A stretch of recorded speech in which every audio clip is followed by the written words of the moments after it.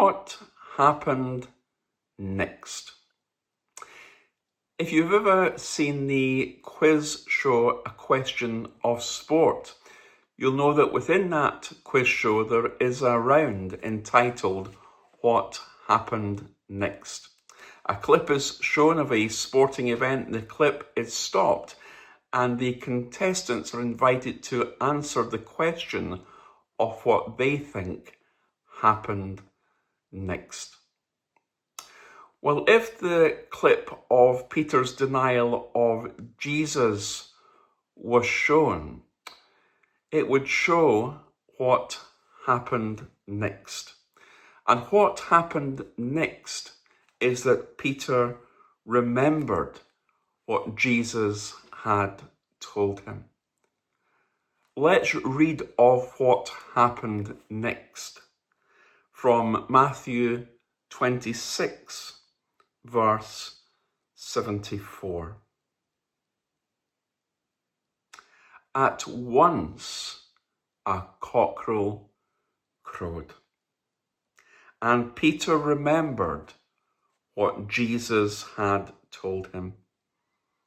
Before the cockerel crows, you will say 3 times that you don't know me. Then Peter went outside and wept bitterly. That's what happened next. And in our concluding reflection today, we want to think about the fact that Peter was going to experience, as it were, a dawning. We've looked at the slippery slope leading up to Peter's denials. We've looked at the 3 denials themselves, and we come today to Peter's bitter regret. The moment it dawned on Peter, the moment the penny dropped, the moment it dawned on Peter what he'd done. And it dawned in that moment when a rooster crowed. Peter at that moment remembered the word Jesus had spoken. Before the rooster crows, you will disown me 3 times. Peter went outside and wept bitterly. Oh, Peter must have felt such an angst, such a regret. He must have felt he was such a failure. Peter remembered. The rooster crowed, cock-a-doodle-doo. Oh, Peter knew all about roosters. After all, you couldn't live in a rural area like Galilee and not get used to the daily singing of the rooster chorus.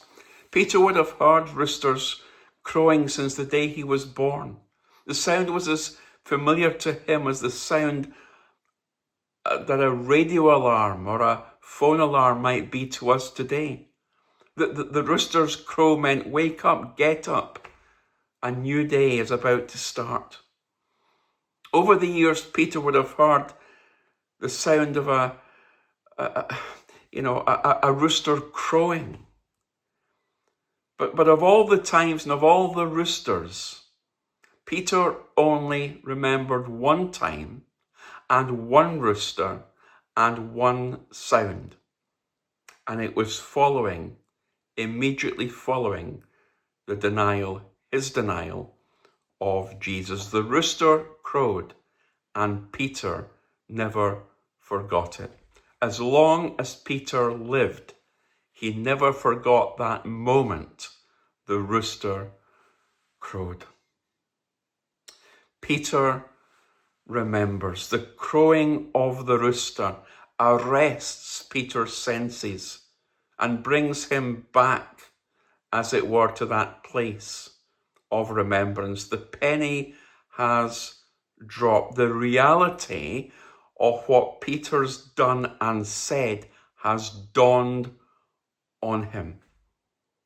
He remembers what Jesus has told him about the 3 denials. Oh, it's all come true for Peter now. It's all come true. The rooster crows. Jesus looks directly at Peter. They lock eyes and Peter remembers. How ashamed and how guilty Peter must have felt. Peter had been so confident that he, amongst all the other disciples, I'll never deny you, Lord. And look at what has happened. He's not just done it once. He's not just done it twice. He's done it 3 times. Note this, as Jesus said he would.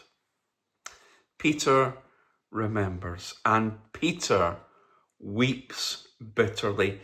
Peter goes outside the courtyard, crying his eyes out in shame with that sense of failure. He weeps bitterly. The combination of his 3 denials, the crowing of the rooster, Jesus eyeballing him, and his remembering of Jesus' words are all too much for Peter. Matthew Henry comments, those that have sinned sweetly must weep bitterly, for sooner or later sin will be bitterness. We know from the narrative in the other Gospels that these are tears from Peter, tears of repentance, tears of regret. His heart is broken. The tears are flowing. Peter is truly sorry for his sin. He is truly sorry he's denied his Lord, whom he loves so much.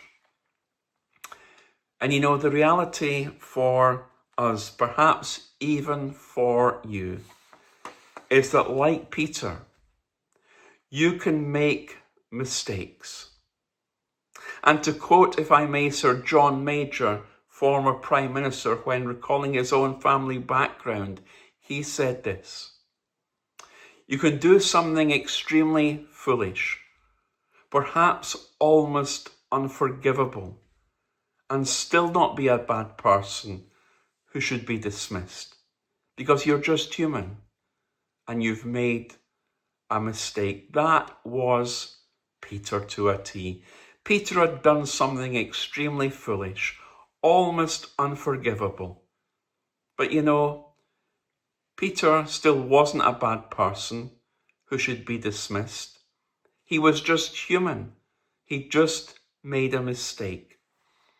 And through his tears, through his weeping, there's an expression of the real and true love that Peter has for Jesus. He wept bitterly because he loved Jesus. He felt love and affection for him and that he'd let him down. Do we weep? Do we feel it when we fail Jesus? You know, we see in Peter, I think, so much of ourselves, if we're honest. We shouldn't be too hard on Peter. Because as we'll discover, Jesus in his kindness and mercy and love, forgiveness and grace, Jesus restored Peter. And despite his denial, hear this. This is the exciting part. Despite his denial, Peter, of all people, despite his denial, his 3-fold denial, Peter was going to be the rock on which Jesus would build his church. Isn't that amazing? Despite his 3-fold denial, Peter was going to be the rock on which Jesus would build his church. With Jesus, failure is never final. It wasn't for Peter, and it need never be for us. Failure with Jesus is never final.